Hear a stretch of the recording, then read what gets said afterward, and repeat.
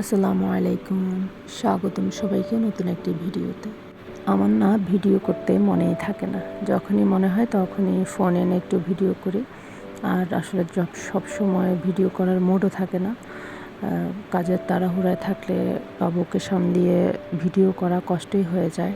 এখানে আব্বা বাজার নিয়ে আসছিল সকালে, আর ভাবি কাটাকাটি করছিল, আর আমি এখানে মাছ ভুনা আর ছোলা রান্না করছিলাম। এর মধ্যে আবার বাবুকে সময় দিতে চলে গেলাম, ওর গোসল, খাবার, তারপরে ঘুম পাড়ানো।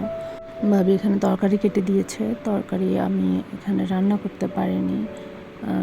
তো এখানে ডাঁটা দিয়ে রুই মাছ রান্না করা হবে, ছোটো মাছ দিয়ে বেগুন, আর হচ্ছে ডাঁটার সাথে শাক ছিল, তো শাক একদম অল্প ছিল, তো সাথে আলু দিয়ে ভাজি করা হবে।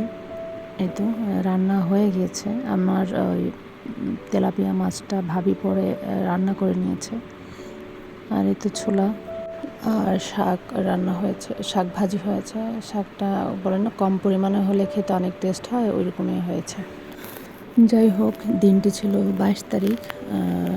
বিকেল 5:30টার পর আমি আর বাবু যাচ্ছি হচ্ছে হাউস বিল্ডিং। আমরা এয়ারপোর্ট যাব।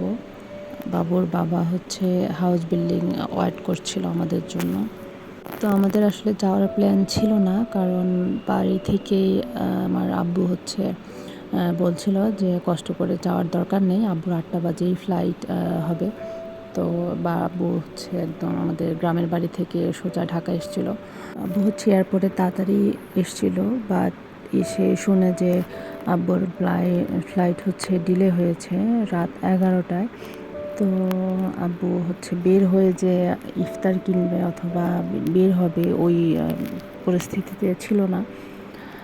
আর হচ্ছে পরে আমি ফোন দিয়েছিলাম, আব্বুও ফোন দিয়েছিল আমাকে কথা বলার জন্য। পরে কথা বলে জানতে পারলাম যে আব্বুর ফ্লাইট লেটে। তো আব্বু এটা আগে জানলে হচ্ছে আরও লেটেই বের হতো বাসা থেকে বা বাড়ি থেকে আসতো। তো আমি শুনে বললাম যে তাহলে আমি ইফতার নিয়ে আসি, যেহেতু উত্তরা থেকে এয়ারপোর্ট কাছে আছে। তো আব্বু বললো যে না, কষ্ট করার দরকার নেই, বাট ভালো লাগছিল না, যে একটু দেখা করলে হয়তো ভালো লাগবে, বাবুকে দেখলে আব্বুর ভালো লাগবে। তো উবাইদার আব্বুকে হচ্ছে বললাম যে অফিস থেকে তুমি ওইখানেই হাউস বিল্ডিং থেকেও আমরা হচ্ছে ইফতার নিয়ে যাব, আব্বুর সাথে দেখা করে আসবো। তো হচ্ছে যাওয়ার সময় আব্বুর আবার ওষুধ লাগতো, আমরা ওষুধ নিয়ে গিয়েছিলাম আব্বুর জন্য।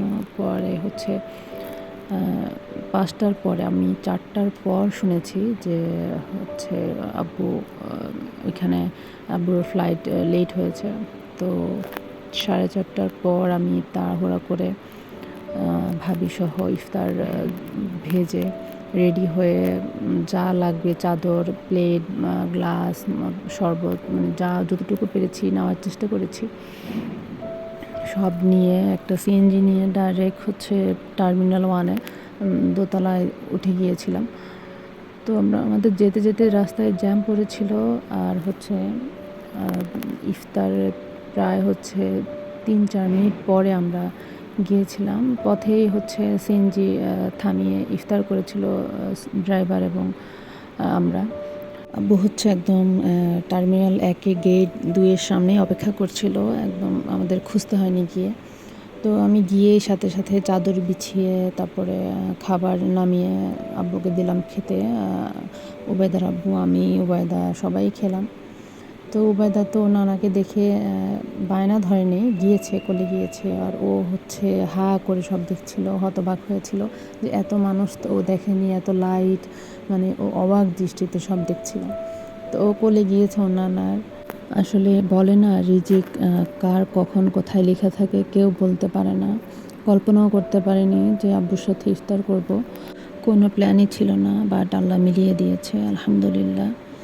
তো এখানে এখন ইফতারি করে হচ্ছে আব্বু তাড়াতাড়ি ঢুকে গিয়েছে, কারণ আব্বুর ব্যাগ ভিতরে রেখে এসেছিলো বলে হচ্ছে গেট দিয়ে বের হয়ে হচ্ছে আমাদের সাথে দেখা করলো, ইফতার করলো। পরে আবার বললো যে ব্যাগ যেহেতু একটা লোকের কাছে রেখে এসেছিলো ভিতরে, তো ওই জন্য আব্বু আর বেশি লেট করেনি, ভিতরে গিয়ে রেস্ট নেবে।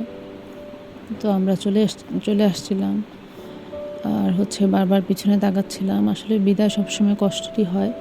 আল্লাহ সব প্রবাস ভাই বোনদের সুস্থ রাখুক, ভালো রাখুক। আবার যেন সবাই সুস্থ শরীরে দেশের মাটিতে ফিরে আসতে পারে, এই দোয়াই রইল সবার জন্য। তো যেহেতু আসার সময় বাস রোড পর্যন্ত একটু হেঁটে আসতে হয়, তো বাবুকে একটু নামিয়ে হাঁটাচ্ছিল ওর বাবা। আর বাবু বাইরে ঘুরতে খুব পছন্দ করে, আর যেহেতু একটু নিরিবিলি রাস্তা ছিল, হাঁটতে ভালোই লাগছিল। তো এখন অবশ্য আলহামদুলিল্লাহ আব্বু ঠিকভাবে পৌঁছে গিয়েছে, কথাও হয়েছে, আলহামদুলিল্লাহ ভালোই আছে। আমি আসলে আমার বাবার সামনে সম্পূর্ণ আবেগ প্রকাশ করতে পারি না, অনেক কিছু বলতে গিয়েও বলতে পারি না। এটা আসলে আমার মতো এরকম অনেকেরই আছে, এমন হয়। যাই হোক, ভালো থাকবেন সবাই। আসসালামু আলাইকুম।